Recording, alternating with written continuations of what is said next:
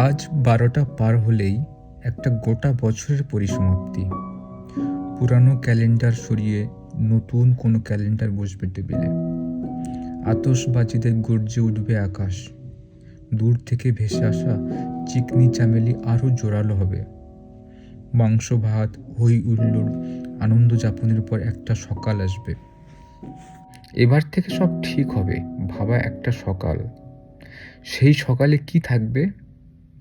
সেই বরলিন কিংবা পার্ক এভিনিউর গন্ধ, পাশে শুয়ে থাকা সেই একই মানুষ, ভরসায় মাথা রাখার একই কাঁধ। আবারও হাত পেতে দাঁড়িয়ে থাকবে ভিখারি শিশুটা, যার মলিন মুখাবয়বে থাকবে না নতুন বছরের কোনো জৌলস। ফুলদানির ফুল শুকোবে, আবার বন্ধু ভাঙবে, রোদে পিঠ ঠেকিয়ে কমলালেবু খাওয়া, ভর দুপুরে আচমকা আদর, সমরেশ প্রেমেন্দ্র সুকান্ত সব একই থাকবে। একটা হাড়ের টুকরো নিয়ে দুটো রাস্তার কুকুর ঝগড়া করবে।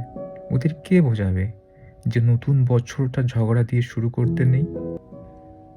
আমাদের যত অভিযোগ, অভিমান, দাবি দাওয়া সব এক থাকবে।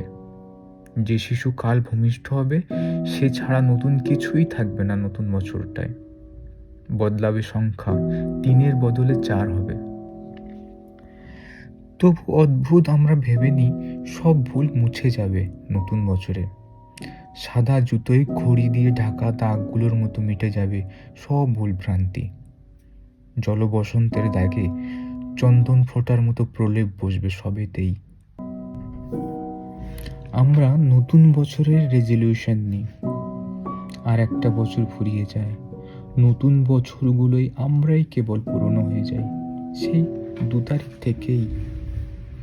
কাল সকালে যে সূর্যটা উঠবে আজও ওটাই উঠেছিল।